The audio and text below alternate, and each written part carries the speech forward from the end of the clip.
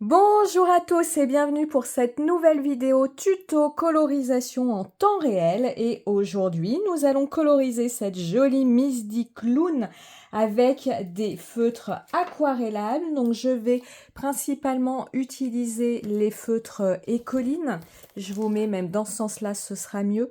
Le nuancier que j'ai réalisé, hop, de ces feutres. Après moult années, j'ai fini par compléter ma collection. Il m'en manque juste un ici. Mais voilà, ça m'a pris plusieurs années. Alors, du coup, je vous le dis, ça m'a pris plusieurs années et il fonctionne encore. Donc, on est sur du très bon matériel. Après, en termes de feutre aquarellable, je vais également utiliser pour la couleur peau parce que, voilà, chez Ecoline, on est un peu pauvre en couleur peau. Donc, je vais utiliser les Clean Color de Kuretake. Vous avez aussi en feutre aquarellable les tombeaux, vous avez les stabilos, ces stabilos-là, qui sont aquarellables et bien d'autres feutres aquarellables. Quelle que soit la marque que vous utilisez, la technique, je fais un peu de bruit, pardon, reste la même. Et ces différents feutres, quelle que soit la marque, sont miscibles entre eux. Donc n'hésitez pas à aller piocher à droite, à gauche pour compléter vos nuanciers, de mélanger toutes ces marques en même temps. Pour coloriser, hop, je l'ai tamponné ici, je garde le modèle pas très loin parce que je vais respecter, en tout cas au plus proche, le combo couleur qui est proposé ici. Je vais pour ma part utiliser un pinceau à réservoir d'eau Pentel avec la mine la plus fine, un chiffon pour venir essuyer ma pointe lorsque je change de couleur. Vous pouvez également utiliser un pinceau classique. Je suis pour ma part beaucoup moins à l'aise ici avec un pinceau classique car on maîtrise beaucoup moins l'apport d'eau avec un pinceau qu'avec un pinceau à réservoir d'eau. Mais pareil, à vous d'essayer et de voir ce qu'il va vous convenir au mieux. Alors, je vais commencer par la peau de Miss D. Pour cela, je vais mélanger un Ecoline, comme je vous dis, pour le beige clair et un Clean Color pour le beige foncé. Alors, vous avez plein de techniques différentes pour réaliser des dégradés. Vous pouvez soit... c'est ce que j'ai fait ici, alors que je vous montre une case où ça se verrait bien. Oui, ici par exemple, pour le carmin. Vous voyez, ici j'ai apposé de la couleur et après je l'ai dégradé avec mon pinceau à réservoir d'eau qui fait qu'ici on a une couleur plus claire qu'ici. Pour ma colorisation, je vais, en tout cas pour la couleur peau, utiliser une technique un petit peu différente. Je vais recouvrir l'ensemble de mon visage avec ma couleur la plus claire. Donc c'est ce que je vais faire ici. Alors, je ne vous l'ai peut-être pas dit, je suis sur du papier aquarelle Florence, un grain lisse. C'est du 200 grammes. J'aime bien ce papier pour tout ce qui est technique humide. Crayon de couleur aquarellable, ici feutre aquarellable. Donc voilà, hop, je lui fais son petit coup. Alors, pour que ça fonctionne bien, je vais travailler, je vais même lui faire les paupières et je viendrai par la suite rajouter le maquillage pour pas qu'il y ait de défaut de raccord de couleur, c'est-à-dire une partie blanche au milieu. Pour que ma colorisation soit jolie, à mon sens jolie, je vais travailler zone par zone pour éviter qu'un endroit sèche parce qu'il est plus difficile d'aquareller votre feutre quand il a bien séché que quand il est encore un petit peu humide. Donc c'est pour ça que je vais travailler zone par zone. Vous voyez, je fais un petit peu d'ombre, un d'ombre sur le nez, les cheveux ici, hop. Alors là, c'est très grossier, hein, puisque tout va se jouer au moment où on va passer son pinceau à réservoir d'eau. Hein, donc je ne fais pas forcément quelque chose de très très précis. Alors la colorisation au feutre aquarellable est une colorisation floue. C'est-à-dire on ne peut pas aller vraiment dans le détail avec ce type de colorisation, hein, puisque l'eau vit et l'eau va où elle souhaite aller. Et comme toujours, je vais partir de ma zone la plus claire pour partir hop, vers ma zone la plus foncée. Hop là. Je vais bien mouiller le tout. Alors mon pinceau, c'est toujours le souci avec les pinceaux à réservoir d'eau. Il est un petit peu trop rapide. Voilà. Et je n'hésite pas maintenant à venir ajouter hop, de la couleur plus foncée là où je souhaite que ce soit plus foncé, donc mon cou, la limite des cheveux, encore mes yeux. Et je vais venir également ajouter ma couleur la plus claire. Voilà.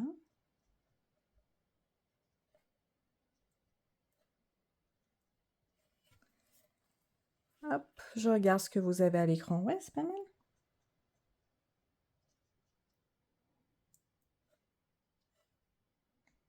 Un petit peu ici.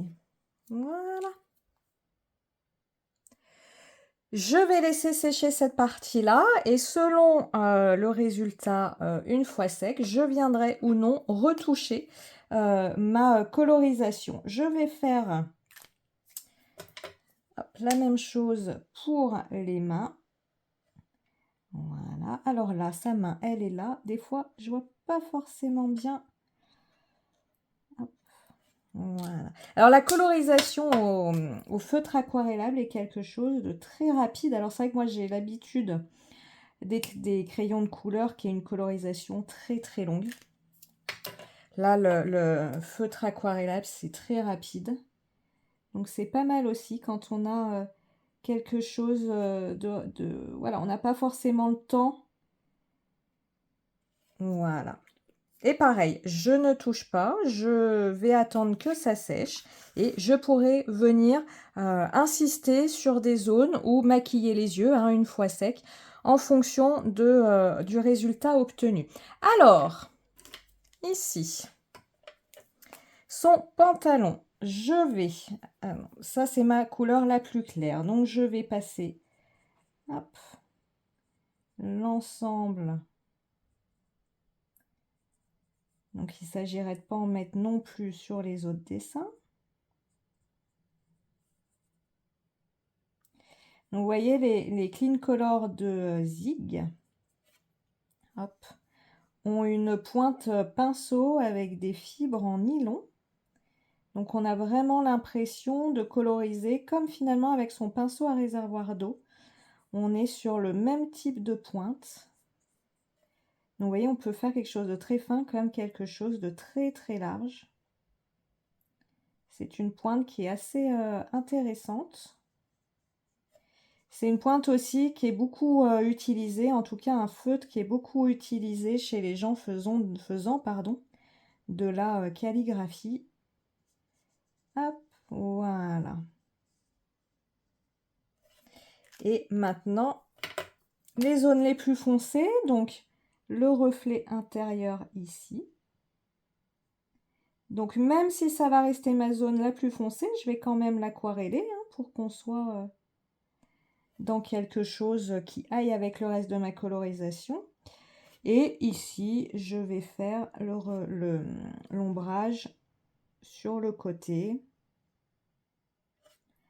On va pas faire quelque chose de trop compliqué. Surtout au premier passage. Encore une fois, je ne sais pas s'il y en aura forcément un deuxième, mais là, hop, le petit ombrage du fait de petit bidou. Voilà. Je vais faire une zone d'ombre également ici. Voilà. Une ici et une en dessous du lapin.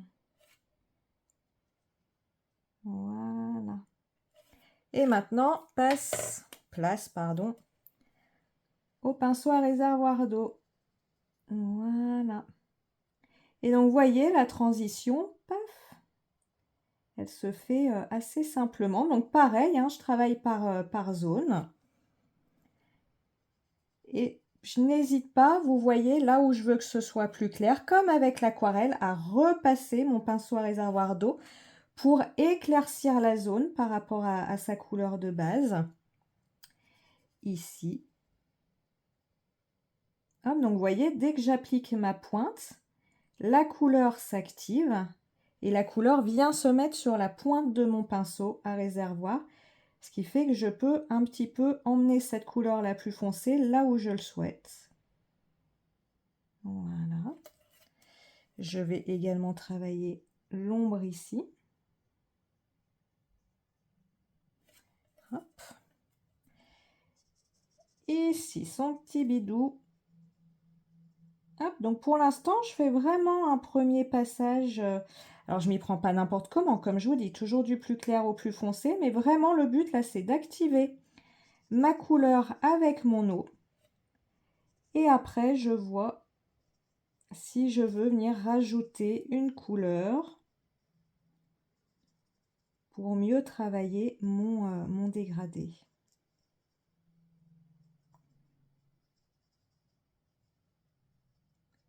Vous voyez, là, en fait, je charge mon pinceau avec ma couleur la plus foncée pour l'emmener.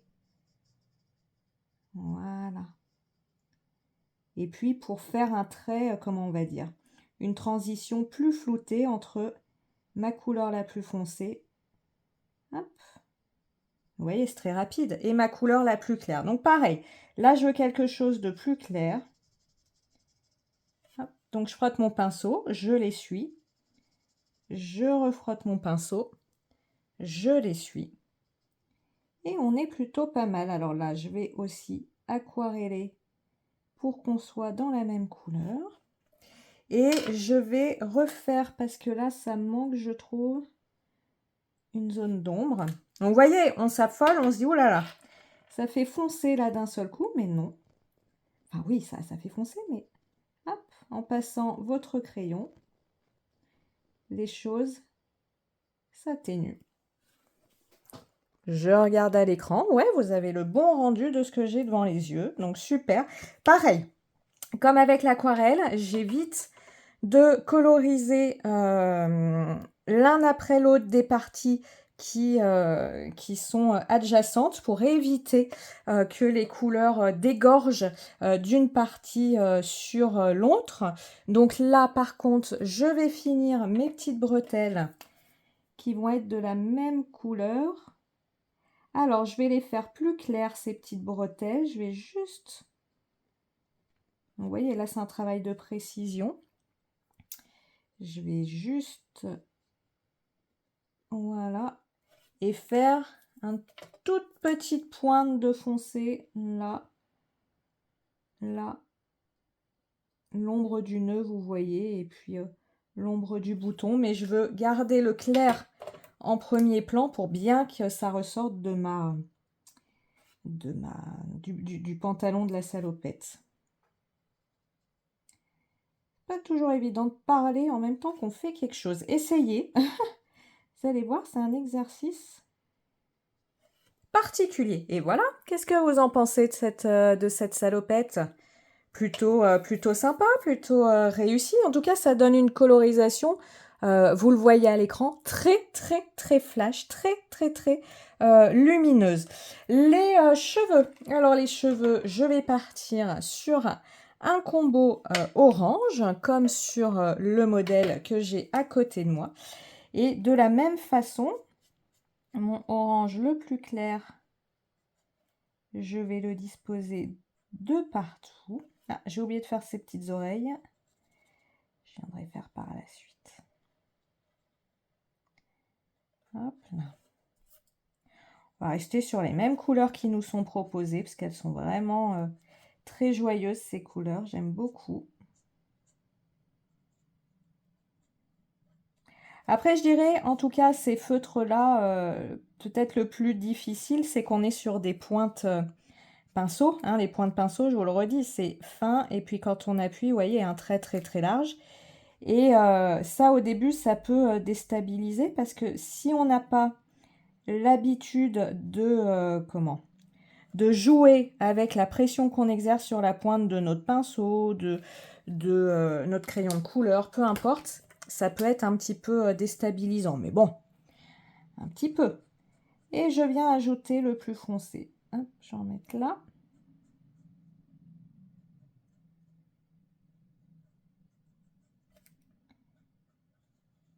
Hop. Comme je vous dis, là, c'est vraiment à la vue après que je vais venir retravailler ou pas ma colorisation. Et toujours pareil, du plus clair au plus foncé. Là, je fais attention de ne pas en mettre évidemment sur le visage. Je peux déborder ici, c'est pas gênant vu que je vais venir détourer. Le visage, ce serait un peu plus embêtant. Là, je veux quelque chose de plus clair, donc je vais, hop, bien passer, voilà, la pointe de mon pinceau. Donc, comme je vous dis, vous pouvez utiliser un pinceau classique. Hein. De toute façon, ce qu'il faut pour activer votre feutre aquarellable, c'est de l'eau. Mais pour ma part, j'arrive pas à être aussi précise. Donc, je préfère ici mes pinceaux à réservoir d'eau.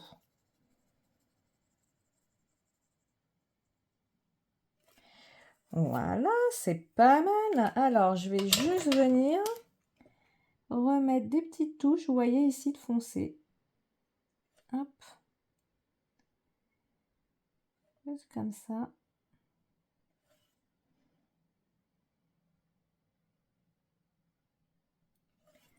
Et après, c'est vraiment pour intensifier cette zone-là, tant que c'est humide. Voilà. Et j'ai oublié, donc je vais le faire. Les petites mèches. Voilà. Alors, j'ai un peu d'orange qui est venu là. Je ne sais pas si vous le voyez. Donc, ce qu'on va faire, c'est... Voilà.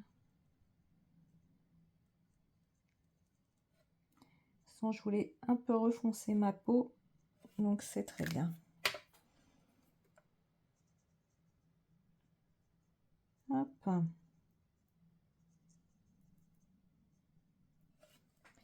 Voilà pour ici.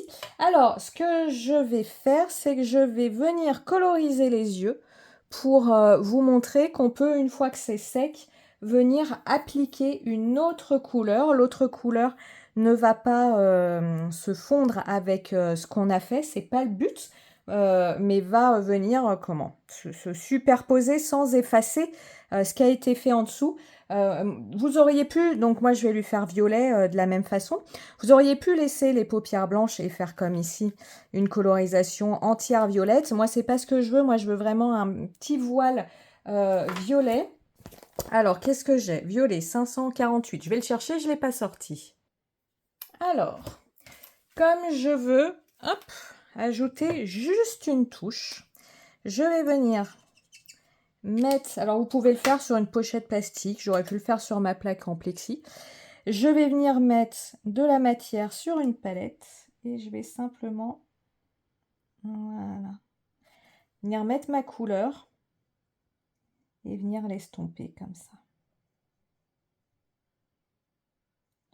Comme je vous dis, comme ça permet de voir par transparence la couleur de peau de la paupière qui, ici, je préfère. Toujours pareil, hein, les goûts et les couleurs, puis ça me permet de vous montrer d'autres façons de faire. Voilà. Si je veux un peu intensifier de la même façon, je viens ajouter du pigment. Voilà, je préfère un maquillage comme ça. Mais encore une fois, les goûts et les couleurs, vous pouvez compléter la suite. Alors, ma chemise. Ma chemise, je vais la faire jaune. Donc, j'applique une première couche d'un jaune, c'est un jaune vif.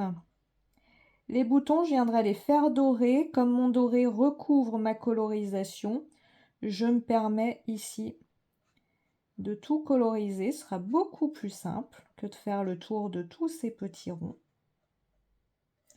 Ah, vous savez, hein, il n'y a pas une réalisation sans une petite touche de doré quand même.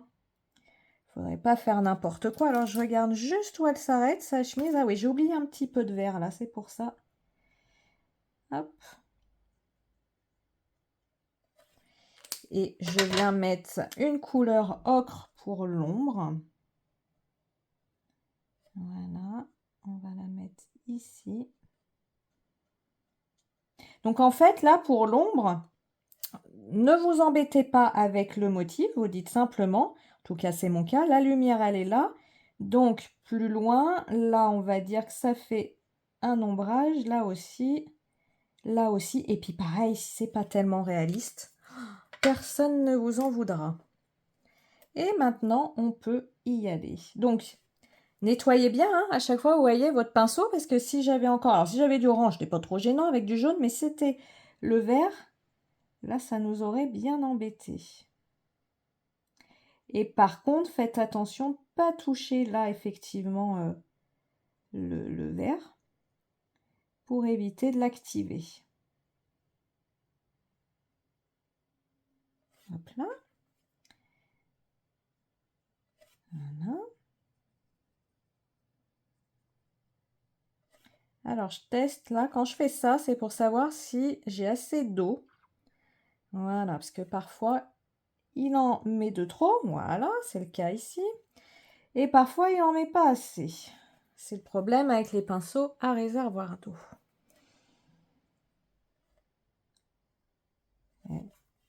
Là, j'ai rappuyé dessus et maintenant, il m'en met trop. Donc, quand il m'en met trop, ce que je fais, je mets mon pinceau la tête en l'air, comme ça. Et je viens presser le bout de ma mine. Ça vient comme ça aspirer l'excédent d'eau. Et ça permet comme ça de réguler. Après, comme je discutais avec certains d'entre vous, il faut que je teste d'autres marques de pinceaux à réservoir d'eau. Le Faber-Castell a très bonne presse.